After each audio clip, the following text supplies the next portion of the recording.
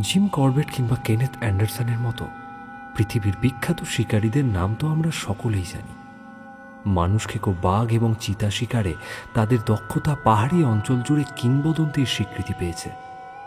কিন্তু একবারও কি ভেবে দেখেছেন, আমাদের পূর্ব ভারতের সোনার মাটি সুন্দরবনের গভীর জঙ্গলেও এক কিংবদন্তির শিকারী ছিলেন, যিনি তার সাহসিকতা এবং দক্ষতার ছাপ রেখে গেছেন ইতিহাসে। তার নাম পচাবদি গাজী। পচাবদি গাজীর জন্ম 1924 সালে সাতক্ষীরার শ্যামনগর উপজেলার সোড়া গ্রামের এক শিকারী পরিবারে। শিকারের প্রতি ঝোঁক যেন তার রক্তেই ছিল। তার বাবা মেহের গাজী এবং দাদা ইসমাইল গাজী দুজনেই বাঘ শিকারে খ্যাত ছিলেন, যদিও তারা শেষ পর্যন্ত বাঘের আক্রমণেই নিজেদের জীবন হারান। পরিবারের এই শিকারের ঐতিহ্যকে ধরে রেখেই মাত্র 17 বছর বয়সে 1941 সালে তিনি গোলখালির সন্ত্রাস নামে পরিচিত এক মানুষখেকো বাঘকে হত্যা করেন। সেই ঘটনার পর থেকেই পচাবদি গাজী হয়ে ওঠেন সুন্দরবনের অন্যতম শ্রেষ্ঠ শিকারী। 1972 সাল পর্যন্ত সুন্দরবনে বাঘকে উপদ্রব বলেই গণ্য করা হতো। তখন অনুমোদনপ্রাপ্ত যে কোনো শিকারী বাঘ মেরে চামড়া এবং মাথার খুলি বন অফিসে জমা দিলে তাকে অর্থ পুরস্কার দেওয়া হতো। 1973 সালে জারিকৃত বন্যপ্রাণী সংরক্ষণ আইন অনুযায়ী বনে এখন সকল প্রকার প্রাণী শিকার নিষিদ্ধ। বন দপ্তর থেকে মানুষখেকো বলে কাগজপত্রে ঘোষণা করলে তবেই কেবল সেই বাঘ মারা যায়। পচাবদি গাজীর শিকার জীবন 1971 সাল পর্যন্তই বিস্তৃত। প্রথম দিকে বন বিভাগের কর্মরতদের সহযোগী হিসেবে কাজ করলেও 1955 সালে তিনি বনরক্ষীর চাকরি পান। তার শিকার জীবনে তিনি 57টি রয়্যাল বেঙ্গল টাইগারের শিকার করেছেন, যা তাকে সুন্দরবনের শিকারী ইতিহাসে অপ্রতিদ্বন্দ্বী করে তুলেছে। তার সবচেয়ে উল্লেখযোগ্য সাফল্যের মধ্যে রয়েছে 18 বিকির এক ভয়ঙ্কর মানুষখেকো বাঘকে হত্যা করা। তার এই বীরত্বপূর্ণ অবদানের জন্য পূর্ব পাকিস্তান সরকার তাকে সনদ-ই-খেদমত প্রদান করে সম্মানিত করেছেন। আজ শুনবেন ওনার জীবনের প্রথম শিকার কাহিনী, গোলখালির বিভীষিকা।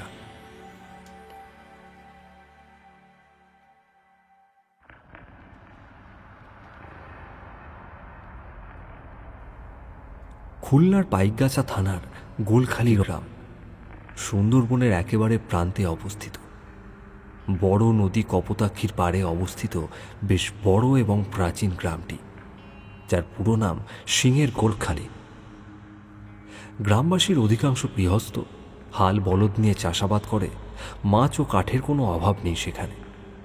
তবে কিছু কিছু লোক অতি দরিদ্র। তারা বাওয়ালি এবং মোয়াল। নদীর ওপারের গভীর বনে গিয়ে তারা কাঠ এবং গোলপাতা সংগ্রহ করে এবং মৌচাক কেটে মধু আহরণ করে। এই গ্রামের কেউ কেউ গভীর বনে গিয়ে বাঘের মুখোমুখি হলেও অলৌকিকভাবে বেঁচে ফিরেছে। তবে বাংলা 1352 সালে একটি বাঘ যখন গ্রামে ঢুকে একের পর এক মানুষ হত্যা করে এবং গৃহস্থের হালের বলদ খেয়ে ফেলে, তখন পুরো গ্রামে চরম আতঙ্ক সৃষ্টি হয়। প্রথম দিন বাঘ একটা হালের বলদ নিয়ে যায়। গৃহস্থ দুপুরের পর জঙ্গলের ধারে বলদটিকে বেঁধে রেখেছিল। সন্ধ্যার আগে গোয়ালে আনতে গিয়ে সে দেখল বলদটি নেই, দড়ি ছিঁড়ে গিয়েছে। আশেপাশে রক্তের দাগ দেখে সন্দেহ হয়। গ্রামের লোকজন জড়ো হয়ে হইচই করতে করতে জঙ্গলে ঢুকে প্রায় 200 হাত ভিতরে আধ খাওয়া বলদটা খুঁজে পায়। সেই বলদের বাকি অংশ টেনে এনে গ্রামবাসী মাটিতে পুঁতে রাখে। এই প্রথমবার গ্রামের মানুষ নিশ্চিত হয় যে বাঘ গ্রামে প্রবেশ করেছে। এর আগে গ্রামের প্রান্তর থেকে গরু নিয়ে যাওয়ার ঘটনা ঘটলেও বাঘ কখনো মানুষ আক্রমণ করেনি। তবে এবার পরিস্থিতি ভিন্ন ছিল।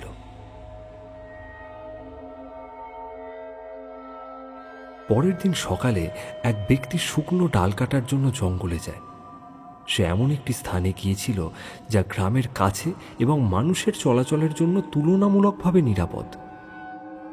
মাটিতে দাঁড়িয়ে উপরের ডাল কাটছিল সে। হঠাৎ তার একটা চিৎকার ভেসে আসে এবং গ্রামবাসী সঙ্গে সঙ্গে বাঘের গর্জন শুনতে পায়। কিছুক্ষণ পর সবকিছু নিস্তব্ধ হয়ে যায়। ঘটনাটা সকাল 10টা সাড়ে 10টার দিকেই ঘটে। ভীত গ্রামবাসী দ্রুত একত্রিত হয়। গ্রামের একমাত্র বন্দুকধারী শিকারী এবং কয়েকজন অস্ত্রশস্ত্র নিয়ে তাকে উদ্ধারের উদ্দেশ্যে রওনা হয়।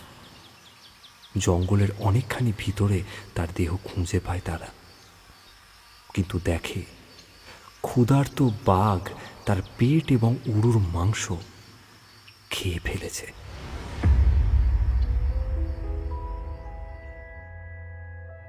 3 দিন পর বিকেলে নদী থেকে গ্রামে ফেরার পথে দুজনের মধ্যে একজনকে পিছন থেকে বাঘে আক্রমণ করে।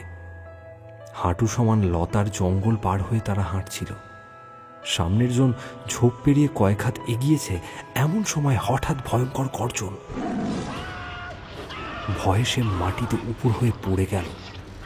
পিছন ফিরে তাকিয়ে দেখে সঙ্গীর দেহ বিশাল বাঘের মুখে ঝুলছে। কিছুক্ষণ মাটিতে পড়ে থাকার পর সে দৌড়ে গ্রামে গিয়ে খবর দেয়।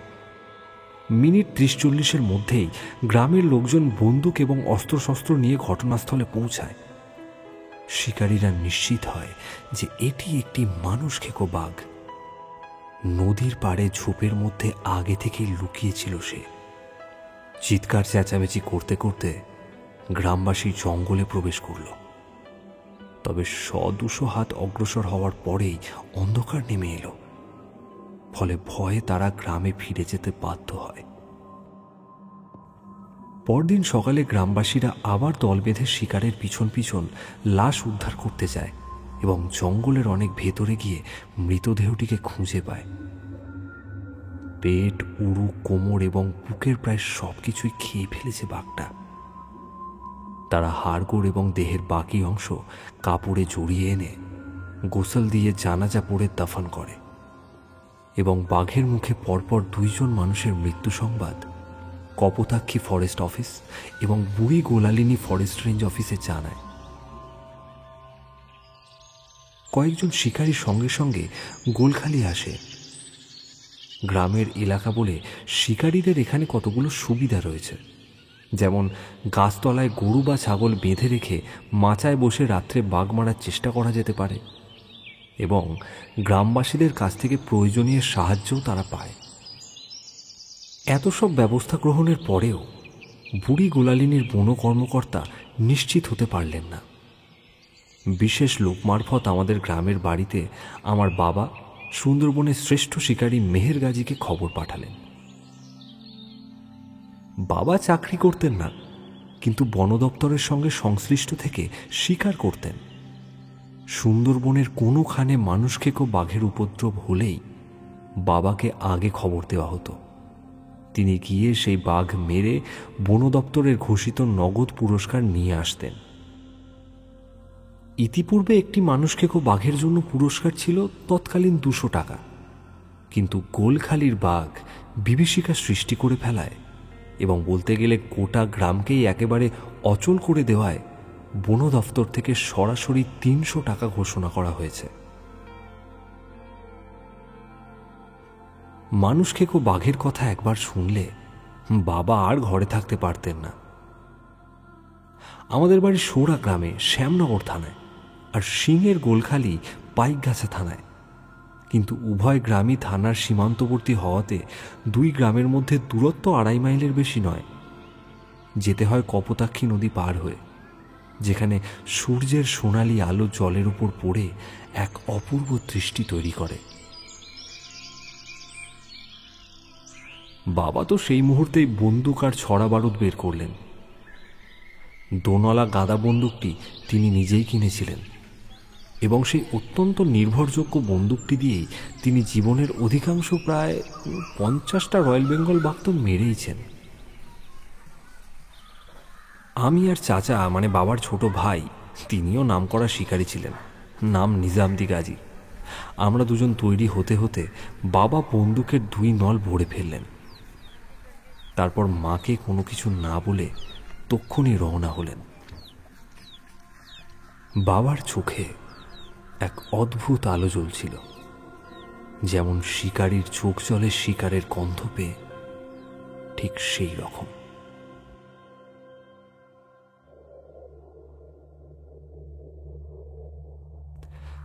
বাবার পিছন পিছন আমি আর চাচা হাঁটতে লাগলাম।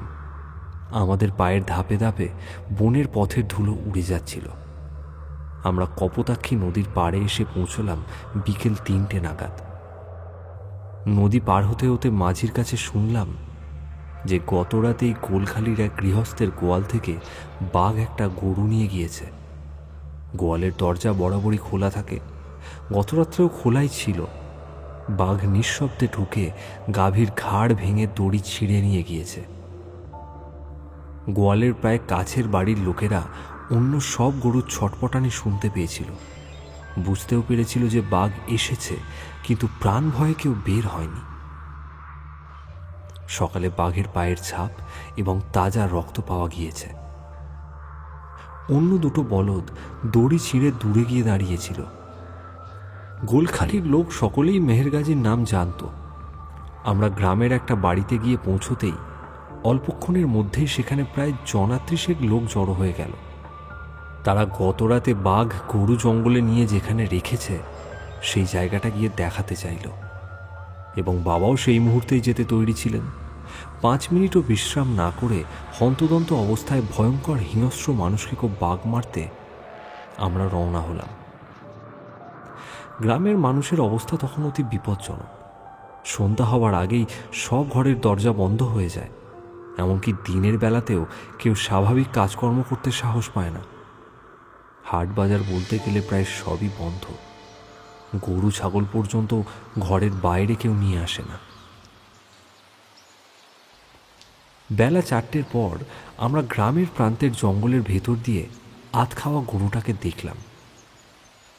গরুর পাশে তখন 2 গাছে 2জন শিকারী বসেছিলেন, একজন বন অফিসার আর একজন গ্রামবাসী। গোয়াল থেকে জঙ্গলের সেইখানটা অন্তত 500 হাত দূরে। বাবা এবং চাচা দুজনেই বাঘের পাড়া দেখলেন এবং আন্দাজ করলেন যে বাঘ মরা রেখে দক্ষিণ পূর্ব দিকে হুদো বনে ঢুকে গিয়েছে।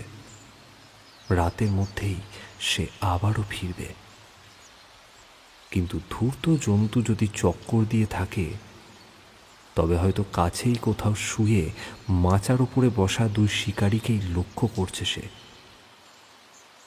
শিকারীগণ বাবাকে জানালেন তাঁরা একেবারে সারা রাতের জন্য তৈরি হয়ে বসেছেন। বাবা গ্রামের সকল লোককে যার যার বাড়িতে চলে যেতে বললেন। তারা একটু খোলা এবং মোটামুটি নিরাপদ স্থানে না যাওয়া পর্যন্ত আমরা জঙ্গলের কিনারাতেই অপেক্ষা করলাম।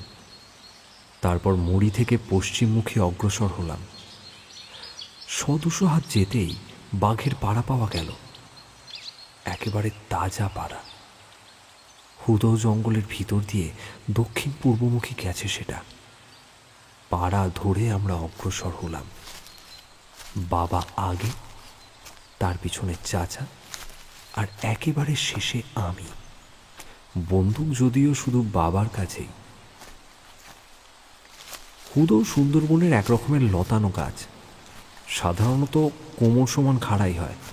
সরু হুদোলতার ডালপালা হয় না, গোড়া থেকেই একেবারে লম্বা লম্বা পাতা মেলে। এই হুদো বন একটানা বেশ কিছু দূর পর্যন্ত বিস্তৃত হয় এবং এত ঘন হয় যে ভিতরে বাঘ অনায়াসেই লুকিয়ে থাকতে পারে। ভিতরে 4-5 হাতের বেশি কিছুই দেখা যায় না। বিপজ্জনক জঙ্গল ভেঙে দক্ষিণ পূর্বমুখী আন্দাজ 50 হাত গিয়ে বাবা হঠাৎ থেমে গেলেন। সেখানে একেবারেই তাজা পাড়া। মাত্র কয়েক মিনিট আগে বাঘ সেখান দিয়ে হেঁটে গেছে। বাবা এবং চাচা দুজনেই থেমে খুব ভালোভাবে জায়গাটা পরীক্ষা করলেন। তারপর ইশারায় স্থির করলেন যে বাঘের পাড়া অনুসরণ করবেন। আধা খাড়া আধা বসা অবস্থায় আমরা এগোতে লাগলাম, নিশ্চিত যে বাঘ তখন আমাদের থেকে বেশি দূরে নেই।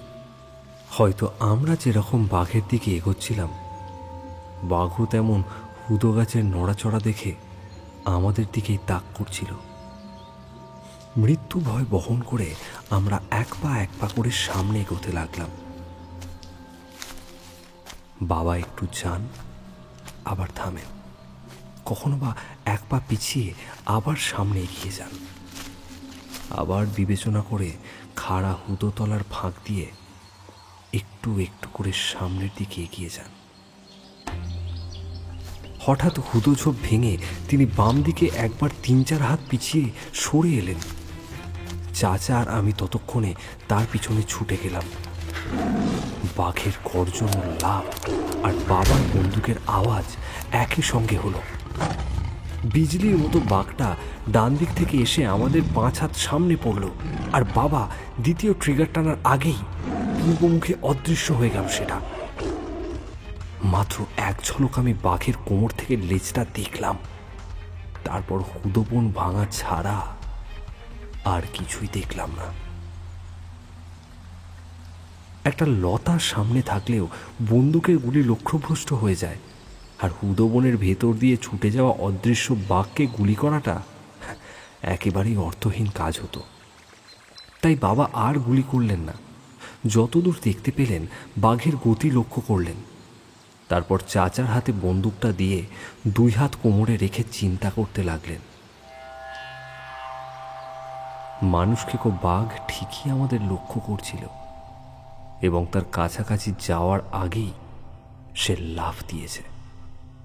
বাবা যদি পিছনে হটে গুলি না করতেন, তবে দ্বিতীয় লাফে অবশ্যই বাবাকে ধরত সে।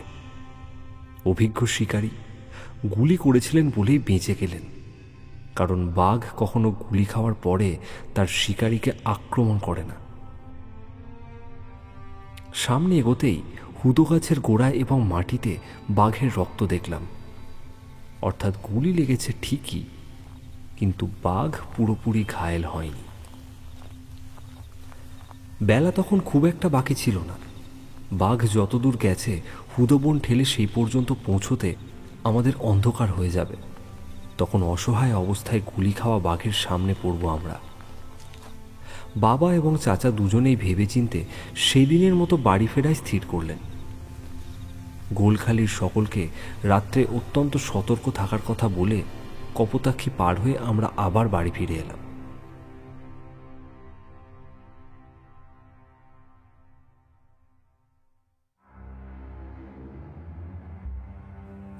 ভাত খেয়ে রাত্রে বাবা আবার বন্দুক ভরতে বসলেন। তখন মা বাধা দিলেন। দারুণ জেদি শিকারী হলেও বাবার রাত্রের মতো বন্দুকটা রেখে দিলেন। কিন্তু মার বাধাকে পরোয়া না করে খুব ভোরে তিনি বন্দুক নিয়ে আবার বসলেন। গাদা বন্দুকের 2 নলে বারুদ ছা ভরলেন। চাচা নিজামদি এবার আরেকটা বন্দুক নিজের সাথে নিলেন। সকাল 7টার মধ্যেই আবার বাবা গোলখালি রওনা হলেন। এবারও আমরা 3 জনেই, তবে গতকাল বন্দুক ছিল একটা, আর আজ বাবা চাচা দুজনের হাতেই 2টি বন্দুক। আমি চললাম শুধু একটা লাঠি হাতে। গোলখালি গিয়ে বাবা প্রথমেই গ্রামবাসী সকলকে অত্যন্ত সতর্ক অবস্থায় থাকতে বললেন, কেননা গুলি খাওয়া মারাত্মক হিংস্র বাঘ নিশ্চিত গ্রামের সীমানার মধ্যেই রয়েছে। গতকাল বাবা গুলি করে বাঘ মারতে না পেরে ফিরে যাওয়ার পর থেকে সকাল পর্যন্ত কোনো একটা প্রাণীও বাড়ির থেকে 40 হাত দূরে যায়নি। গোয়াল থেকে কেউ গরুও বের করেনি। বাবার কথা মতো গোলখালির জনাদশেক সাহসী যুবক একটা বন্দুক সমেত গ্রামের বাড়ি বাড়ি সবাইকে সতর্ক করে দিতে রওনা হয়ে গেল। আর বাবা চাচা এবং আমি গেলাম গ্রামের বাইরে গতকালের ঘটনাস্থলে। দুনিয়ার সবচেয়ে বিপজ্জনক অভিযানে ঠিক যেখানে বাঘকে গুলি করেছিলেন গতকাল, সেখানে আজও গেলেন এবং বাঘের পাড়া ও কাথোয়া হুদোর চারা দেখে অত্যন্ত সাবধানে অতি সতর্কতার সঙ্গে বাবা পূর্বমুখে অগ্রসর হলেন। আগে বাবা, বাবার হাত পাঁচেক পিছনে চাচা, আর চাচার হাতাষ্টিক পিছনে আমি লাঠি হাতে, যা বাঘের আক্রমণের মুখে হয়তো অতি সামান্যই কাজে আসবে।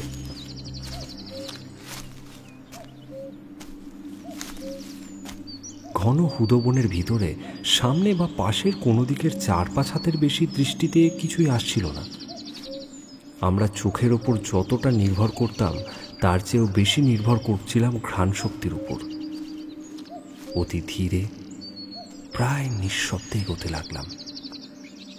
একটা কাঁচা পাতা নড়ার শব্দ তখন স্পষ্ট শুনতে পাচ্ছিলাম। বাবার কালকের গুলি খুব কার্যকরভাবে না হলেও বাঘের গায়ে লেগেছিল এবং অবশ্যই বাঘ আহত হয়েছে। তিনি বুকে গুলি করেছিলেন বটে, কিন্তু সেগুলি নিশ্চয়ই কাঁধ বা ঘাড়ের চামড়া ভেদ করে গিয়ে থাকবে। অনুসরণ করতে করতে স্থানে স্থানেই আমরা মাটিতে আর হুদো পাতায় জমাট রক্ত দেখতে পেলাম, কিন্তু কোনোখানেই খুব বেশি পরিমাণে নয়, একেবারে ফোঁটা ফোঁটা। নিশ্চিত হয়ে কিছু ধারণা করার মতো চিহ্ন নেই। খুব জখম হলেও দ্রুতবেগে ধাবমান বাঘের দেহ থেকে যথেষ্ট রক্তক্ষরণ না হতে পারে। আবার গুলি কেবলমাত্র চামড়া ভেদ করে গিয়ে থাকলেও এরকম হতে পারে। তবে সম্ভবত বাঘ যেখানে গিয়ে আশ্রয় নিয়েছিল আজ সেখানেই শুয়ে রয়েছে। 2 ঘন্টায় আমরা সামান্যই এগোতে পারলাম। সামনে ডান দিকে খুব ভালো করে লক্ষ্য করে বারবার রুদ্ধপ্রায় নিঃশ্বাস টেনে তারপর একটা একটা পা এগোতে হচ্ছিল। হাত বিশেষ করে দক্ষিণে একটা মাঝারি আকারের কেওড়া গাছ পড়ল। তার ঠিক নিচে হুদোবন কিছুটা পাতলা ছিল।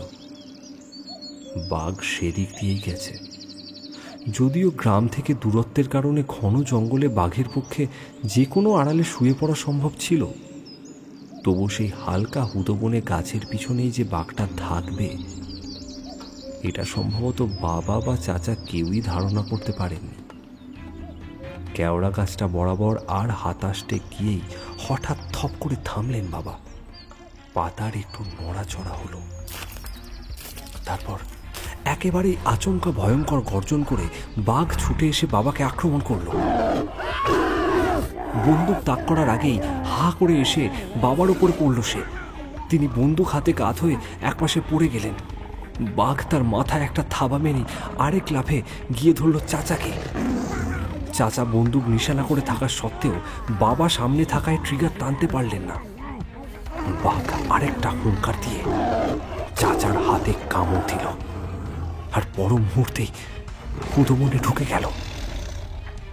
মাত্র হাত 10 দূরে থেকেও আমি বাঘ দেখতে পেলাম না।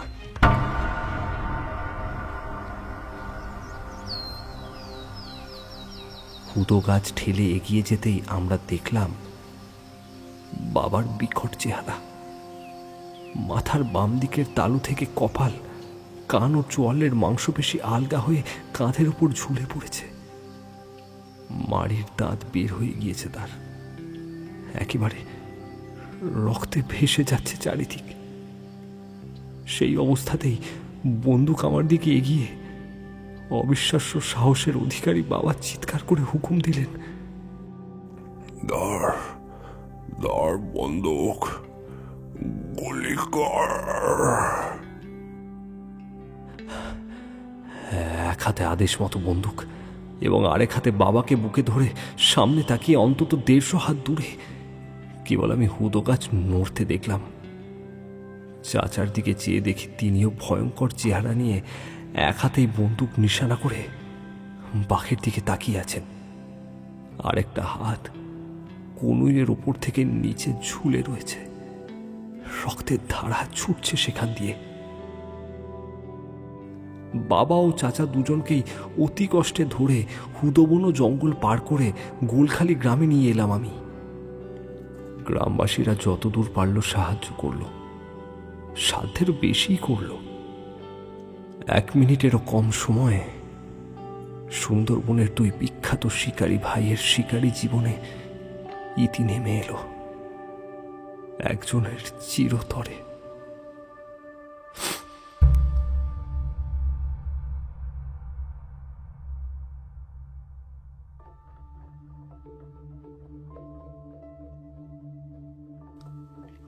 দীর্ঘ 3 মাস চিকিৎসাধীন থাকার পরে আমার বাবা মেহেরগাজী সেরে উঠলেন এবং তারপরেও আরও 5টা বাঘ মেরে শেষ পর্যন্ত সুপতিত মানুষ খেকো বাঘের কামড়ে মারা যান।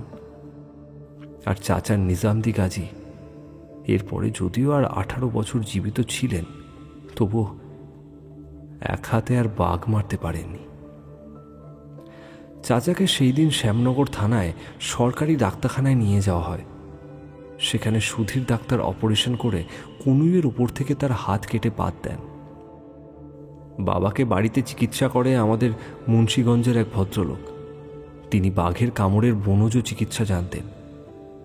পুরো 3 মাসে তিনি ভালো হন, কিন্তু ঘা শুকিয়ে চামড়া কুঁচকানোর ফলে বাবার সুন্দর চেহারার বিকৃতি হয়ে যায়। তিনি পুরো মুখ হাঁ করে ভাত খেতে পারেন না। অতি কষ্টে নরম এবং তরল খাবার খেতেন। সামনের 2 পায়ের থাবায় অবিশ্বাস্য শক্তি ধরে বাঘ।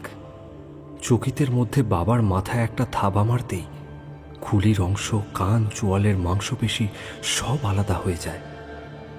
12 দিন পরে বাবার জীবনের আশঙ্কা দূর হয়। আমাদের শিকারী পরিবার, তাই গোলখালির বাঘ মারার জন্য আমাদের দায়িত্ব চলে যায়নি। তাছাড়া সুন্দরবনের মহাবীর মেহের গাজীকে তার ভাই সহ জখম করেছে গোলখালির বাঘ। এখন তার চূড়ান্ত মোকাবিলা না করে আমরা পারি না, কেননা পরিবারের সকলেই আমরা বন্দুক ধরতে জানি।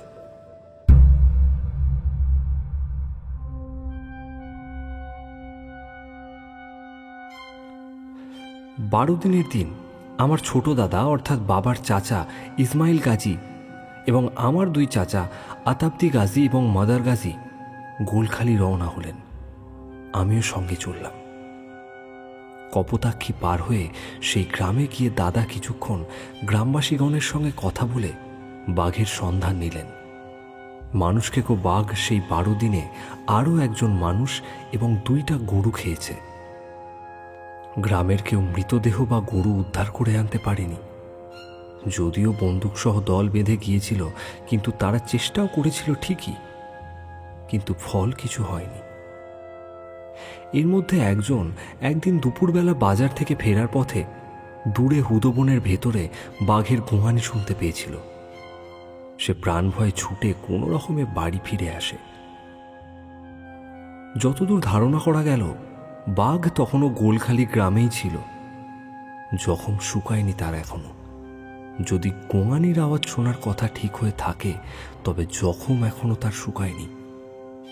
বাবা ও চাচাকে কামড়ানোর পরে গ্রামবাসীরা তো বটেই, শিকারীদের মধ্যেও এমন আতঙ্ক ছড়িয়ে পড়েছিল যে হুদবনে বাঘের অবস্থান জানার সত্ত্বেও কেউ আর সেই বাঘ মারার জন্য কাছে যেতে সাহস পায়নি।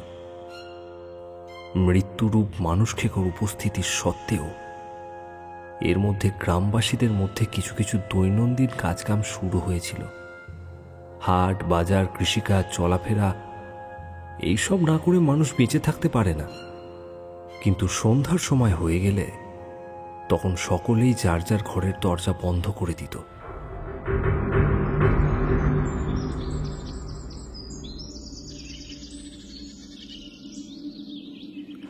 যাই হোক, গ্রামবাসী সকলকে সতর্ক থাকতে বলে বিকেল 3টের সময় দাদা আমাদের নিয়ে হুদবনে নামলেন। সবার আগে দাদা ইসমাইল গাজী, তার হাত চারেক পিছনে প্রায় পাশাপাশি আমার 2 চাচা আতাবদি গাজী এবং মাদার গাজী, আর তাদের 3 জনের হাতেই বন্দুক, আর তার ঠিক পিছনে খালি হাতে ছিলাম আমি। যেখানে বাঘ বাবা এবং চাচাকে আক্রমণ করেছিল, দাদা সাবধানতার সঙ্গে অগ্রসর হয়ে আগে সেই কেওড়া গাছটার তলায় গেলেন। 2 চাচা 2 দিকে বন্দুক ধরে দাঁড়ালেন। দাদা গাছের গোড়ার চারিদিকে ভালো করে পরীক্ষা করতে লাগলেন। তার সঙ্গে আমিও বাঘের অসংখ্য পাড়া দেখতে লাগলাম। মানুষখেকো হোক আর সাধারণই হোক, বাঘ মাত্রেই অতি চঞ্চল জন্তু। এক জায়গায় বেশিক্ষণ শোবে না বা ঘুমোবে না, কেবলই চারিপাশে হাঁটাহাঁটি করবে। কেওড়া গাছের চারপাশে 10-12 জায়গার মধ্যে সম্ভবত গত 2 দিনে বাঘ বারবার শুয়েছে এবং হেঁটেছে। অন্তত চিহ্ন দেখে তো তাই বোঝা যায়। এখনো বাঘ নিশ্চয়ই এই গাছটার 1.5 মাইল এলাকার মধ্যেই রয়েছে। এক পা করে এগোতে লাগলাম আমরা। আমরা চারজন আগ বাড়াতে যতটুকু শব্দ হচ্ছিল, 4টে পিঁপড়ে হেঁটে গেলেও বোধহয় তার চেয়ে বেশি আওয়াজ হতো। একেবারে ঝানু শিকারী দাদা একটা একটা করে হুদো কাত করে উদ্যত বন্দুকটা হাতে পথ করে এগোচ্ছিলেন তার পরিণতির দিকে, আর পিছনে আমরা। দক্ষিণ মুখে 50 হাতের বেশিও যায়নি, হঠাৎই দাদার ডান পাশের কয়েকটা হুদো গাছ খাড়া হয়ে উঠল। দাদা বন্দুক ঘোরাতেই আগের ভয়ঙ্কর গর্জন করে বাঘ তার ঘাড়ে লাফিয়ে পড়ল। মাত্র 4 হাত পিছনে চাচারা দুইজনেই দাঁড়িয়ে থেকেও কিছুই করতে পারলেন না। দাদাকে মেরে বাঘ বিজলির মতো অদৃশ্য হয়ে গেল। এত কাছে থেকেও আমি গর্জন শুনলাম, কিন্তু বাঘকে দেখতে পেলাম না। সামনে ছুটে গিয়ে দেখি হুদোর ঝোপের ওপর দাদার লাশ পড়ে আছে। মাথার একদিক কামড়ের চাপে চ্যাপ্টা হয়ে বসে গেছে, রক্ত ছুটছে সেখান থেকে। ঘাড় মাথা জোড়া একটি মাত্র কামড়ে অন্তত 20টি বাঘ শিকারের অভিজ্ঞতা অর্জনকারী খ্যাতনামা শিকারীর আজ জীবনাবসান হলো।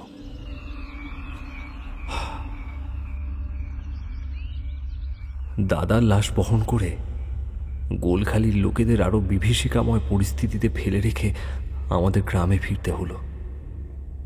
বাড়ির চারিদিকে বেবাক হাহাকার পড়ে গেল।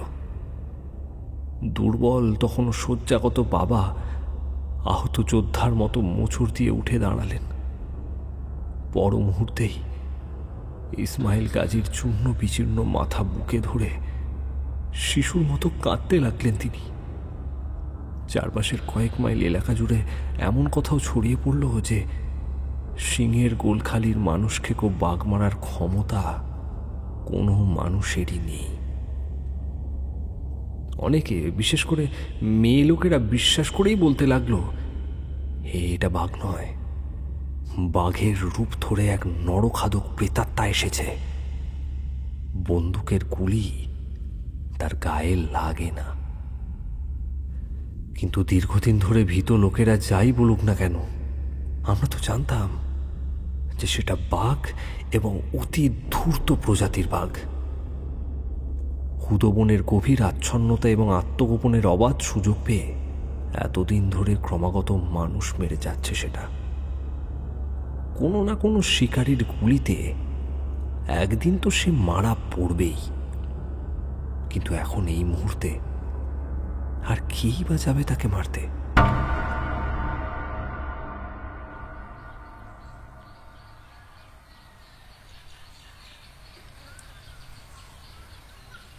দাদার মৃত্যুর পরেও 16 দিন পার হয়ে গেল।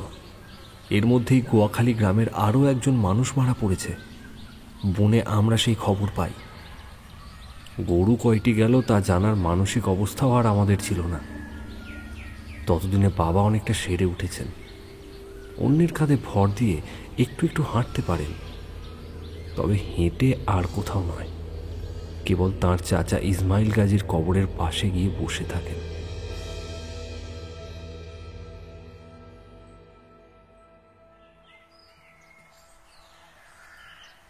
হঠাৎ একদিন দুপুরবেলা বাবা আমাকে ডাকলেন। কাছে যেতেই মাকে ইশারা করে বন্দুক বের করতে বললেন। মা দোনলা গাদা বন্দুকটি বের করে দিতেই বাবা সেটা আমার হাতে তুলে দিলেন। বললেন, বন্দুক ধর। 2 হাতে বন্দুকটি ধরে সামনে দাঁড়াতে তিনি বললেন, যাও, তুমি ছাড়া আর কেউই বাঘ মারতে পারবে না। সুন্দরবনের সর্বকালের সর্বশ্রেষ্ঠ বাঘ শিকারী আমার বাবা মেহের গাজী তাঁর জীবনের হাতিয়ার এবং অন্তরের দোয়া আমাকে দিলেন। হাতে বন্দুকের ব্যাখ্যা করতে করতে বললেন, বারুদ ভরো। আমি বারুদ ভরলাম। পাট নিজ হাতে দলা করে দিয়ে বললেন, ভর। আমি পাট ভরলাম। তারপর গুনে গুনে ছড়া দিলেন। আমি ছড়াও ভরলাম। অবশেষে আবার পাটের দলা ভরলাম। ক্যাপগুলো পকেটে নিলাম। ছোট ভাইকে সঙ্গে নিয়ে যখন বাড়ি থেকে গোলখাকির উদ্দেশ্যে রওনা হলাম, তখন বেলা আন্দাজ 2টোর কাছাকাছি। একবার পিছনে ফিরে তাকিয়ে দেখলাম ঘরের বারান্দায় মার কাঁধে ভর দিয়ে বাবা আমাদের দিকে চেয়ে রয়েছেন। আমার বয়স তখন 18-19 বছর। বাবা ও চাচার সঙ্গে গিয়ে ইতিমধ্যেই আমি 4টি বাঘ মেরেছি, তবে সেগুলো কোনোটিই মানুষ খেকো ছিল না, ছিল সব সাধারণ বাঘ। সিংহের গোলখাকির মানুষ খেকো শিকার করতে বাবা ও দাদার সঙ্গে যে দুবার গিয়েছিলাম, প্রত্যেকবারই ভয়ঙ্কর অভিজ্ঞতা নিয়ে ফিরেছি। আর এবার জেদি বাপের হুকুমে, বলতে গেলে অনভিজ্ঞ, আমি যাচ্ছি গোলখাকির বিভীষিকার মোকাবিলা করতে। তবুও আমার মনে কোনো ভয় ছিল না। যত ভয়ঙ্করই হোক না কেন, বাঘকে ভয় করলে আমাদের চলে না।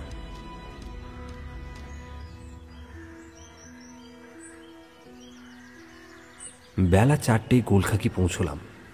গিয়ে শুনলাম গত রাতে বাঘ এক গৃহস্থের গোয়াল থেকে একটি বাছুর তুলে নিয়ে গিয়েছে। গোয়ালের দরজা খোলা ছিল। বাঘ নিঃশব্দে ঢুকে বাছুর মুখে তুলে প্রায় 2 মাইল দূরে হুদোবনে গিয়ে খেয়েছে। বাড়ির লোকেরা রাতে বাঘের কোনো গর্জন শোনেনি বা কোনো শব্দও পায়নি।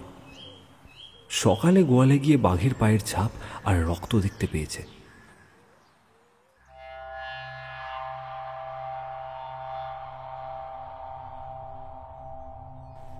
সেদিন গোলখালিতে বন বিভাগের একজন কর্মকর্তা আর 2জন শিকারী ছিলেন।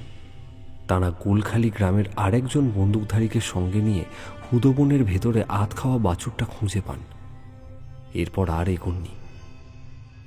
রাতে বাছুরের ওপর বসার পরিকল্পনা করে তারা গ্রামে ফিরে আসেন। আমাদের সঙ্গে যোগ দেওয়ার এবার মোট শিকারীর সংখ্যা দাঁড়ালো 5, যদিও তখন পর্যন্ত সত্যিকারের শিকারী বলা চলে আমি হইনি। আমরা স্থির করলাম বাঘের সম্ভাব্য আসার পথে আর আধ খাওয়া বাছুরের উপর বিভিন্ন সুবিধাজনক স্থানে বসব।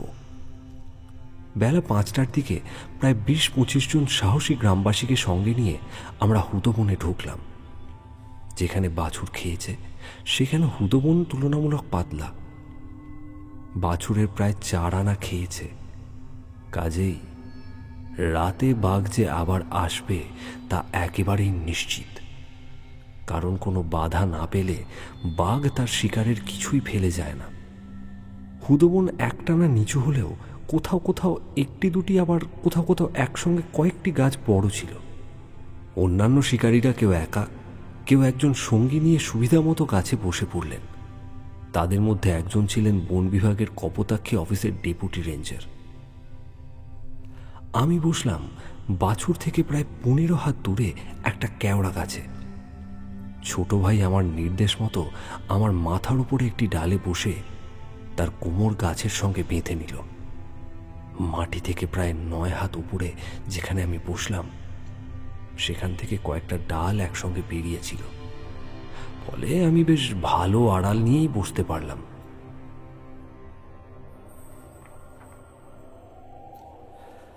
আমরা শিকারীরা সবাই গাছে উঠে বসলে ডেপুটি রেঞ্জার সাহেবের নির্দেশে গ্রামবাসী লোকজন সবাই হৈ হৈ করতে করতে যে যার বাড়িতে চলে গেল। 4 জন শিকারী নিজেদের পছন্দ অনুযায়ী গাছে বসেছিলেন। বাঘের আসার সম্ভাব্য দিক অনুমান করে এবং বাঘ দেখার ও গুলি করার সুবিধা বিবেচনা করে একজনের থেকে আরেকজন প্রায় 50-100 হাত দূরে দূরে ছিলেন।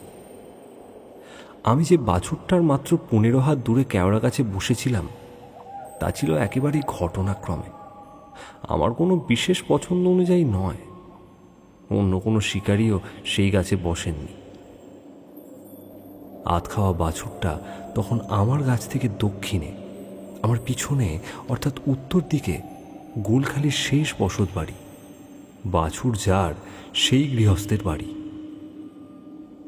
আমার গাছ থেকে তার ঘরের চাল দেখা যাচ্ছিল। বাছুরটার থেকে প্রায় 30 হাত দক্ষিণে একটা ছোট্ট খাল ছিল।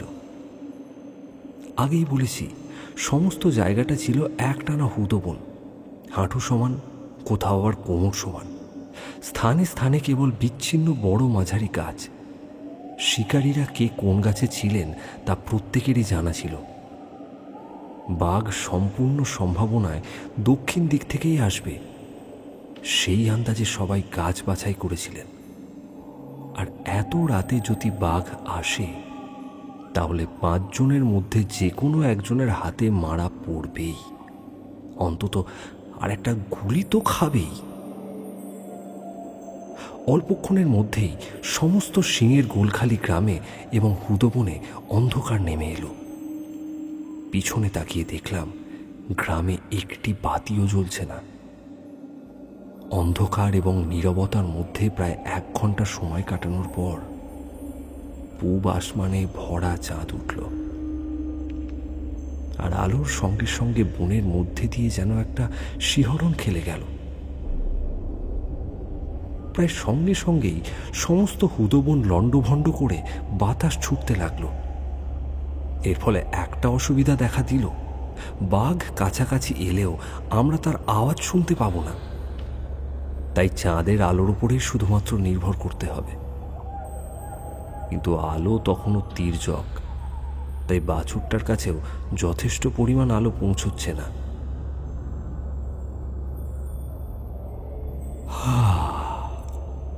প্রায় 40 মিনিট পরে ধীরে ধীরে বাতাস থেমে গেল। তখন আবার পাতা নড়ার শব্দ আমি পরিষ্কার শুনতে পেলাম।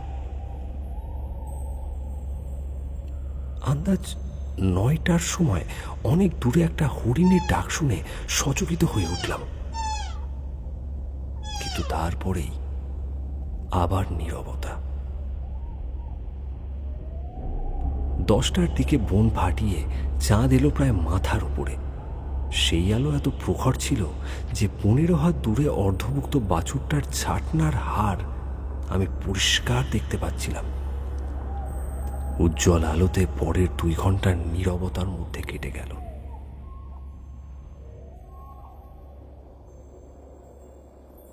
অবশেষে আমি যখন আশা ছেড়েই দিয়েছিলাম যে বাঘ আর আসবে না, ঠিক তখনই রাত প্রায় 12টার সময় দক্ষিণের ছোট্ট খালে ছপ ছপ করে 2বার শব্দ হলো।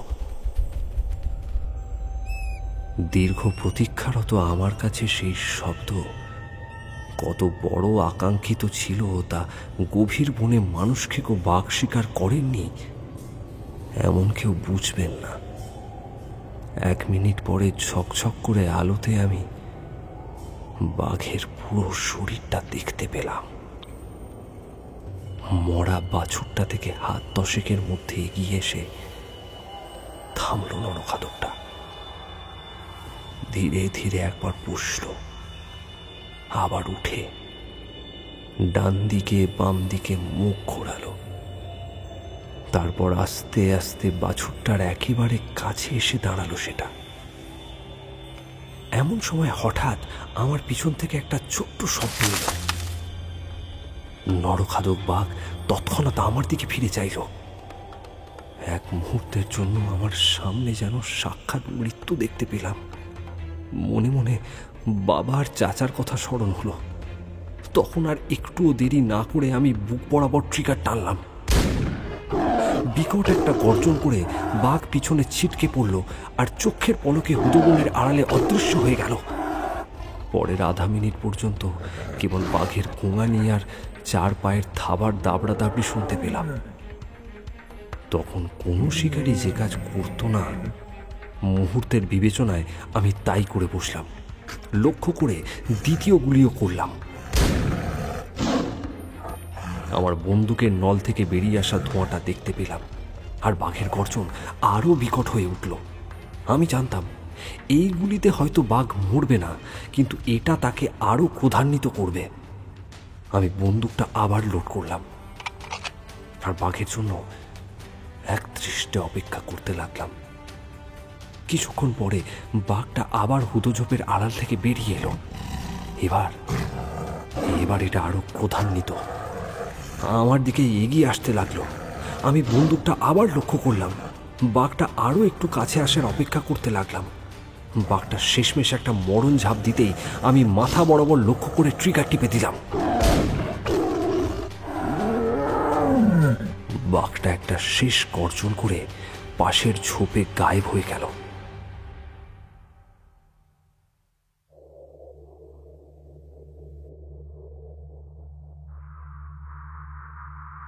পরের 6 ঘন্টা আমরা সবাই গাছেই বসে রইলাম। চাঁদ ডুবে গেল, পূবের আকাশ হলুদ হয়ে উঠল, দূরে একসঙ্গে কয়েকটা পাখি ডেকে উঠল। আমি, আমার ভাই বা শিকারীদের মধ্যে কেউই তখনও নিশ্চিত জানতে পারিনি যে বাঘটা মরেছে কিনা, নাকি আবার হুদবনে অদৃশ্য হয়ে গিয়েছে। সূর্য উঠলে তখন 4 জন শিকারী গাছ থেকে নেমে অতি সতর্কতার সঙ্গে এগিয়ে এলো। আমিও নামলাম। সঙ্গীদের পিছনে থাকতে বলে আমরা 5 জন শিকারী একসঙ্গে বাঘ সন্ধান করতে অগ্রসর হলাম। যদিও আমার গাদা বন্দুকে তখন আর গুলি ছিল না। মাছির ভনভন শব্দ শুনে বুঝতে পারলাম যে গুলি রাত্রে ঠিকই লেগেছে। একটু পরে বাঘ টেনে খোলা জায়গায় আনার পর দেখলাম যে আমার দ্বিতীয় গুলিটা বাঘের পাঁজরেই লেগেছে, আর তৃতীয়টা ঠিক মাথার মাঝে। যথারীতি সেখানেই বাঘটিকে মাপা হলো। 10.5 ফুট লম্বা বুড়ো বাঘ। যে চটাৎ শব্দে আমি বাঘের বুকে গুলি করার সুযোগ পেয়েছিলাম সেটা ছিল জোংড়ার মুখ খোলার আওয়াজ। রাত্রি নীরবতায় শামুকের অত ছোট্ট শব্দ আমি পরিষ্কার শুনতে পেয়েছিলাম। আধ ঘন্টার মধ্যেই সিংহের গোলখালি গ্রাম শূন্য করে মেয়ে, পুরুষ, ছেলে, বুড়ো সবাই হুদবনে ছুটে এলো। চিৎকার, গালিগালাজ, ক্রোধ প্রকাশ, উল্লাসধ্বনি করতে করতে তারা বাঘের 4 পা বেঁধে নিয়ে বয়ে এলো সেই গৃহস্থের বাড়ি। দীর্ঘদিনের ত্রাস সৃষ্টিকারী ভয়ঙ্কর হিংস্র শত্রুর নিধনের আনন্দ আর পুত্রহারা পিতামাতার হাহাকারে সিংহের গোলখাকি গ্রামের বাতাস ভারী হয়ে উঠল।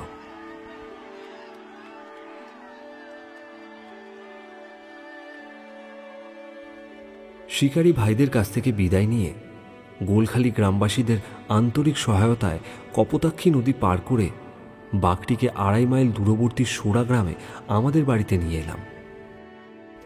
বাড়িতে আমাদের সবাই মিলে আমাদের উঠোনে গোলখালির বাঘের চামড়া ছোলাই করলাম।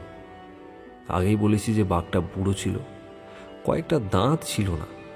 আমার গুলি বাঘের কাঁধের নিচের চামড়া আর অনেকখানি গোস্ত ভেদ করে গিয়েছিল এবং সেখানে পচন ধরেছিল। এই আমার জীবনের প্রথম মানুষ খেকো বাঘ শিকারের কাহিনী। বন দপ্তরে গোলখালির বিভীষিকার এই বাঘের চামড়া জমা দিতে তৎকালীন পুরস্কার 300 টাকা পুরোপুরি এনে আমি বাবার হাতে তুলে দিয়েছিলাম। বাবা তখনও শয্যাগত। এরপর অবশ্য ধীরে ধীরে সুস্থ হয়ে উঠেছিলেন। এরপর থেকে আমি বাঘ শিকারে নেমে পড়ি।